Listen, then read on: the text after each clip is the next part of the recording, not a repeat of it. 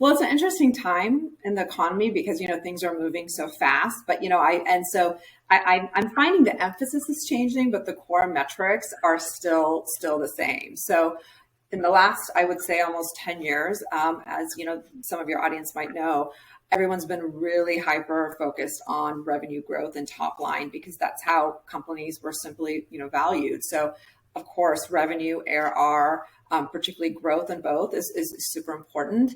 And then also along, with top line, GRR and NRR, are ones that we're just hyper focused on. So GRR, for those of the ones that people that don't know, is basically measures how well you're doing with your current customer base and, the ones that are staying, the ones that are leaving.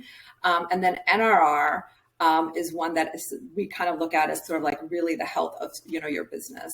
So, and I would say in the current economy, people are kind of shifting to a real hyper focus on NRR in particular.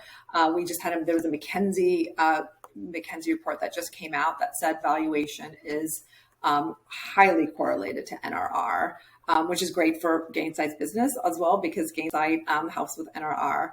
And then besides those, we are also, if you look at the valuations right now, investors are really looking at free cash flow. So that's one that we're really looking at.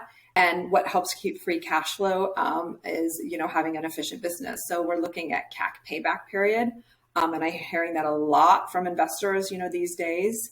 So really hyper focused on that, which essentially shows the efficiency of, your marketing dollars.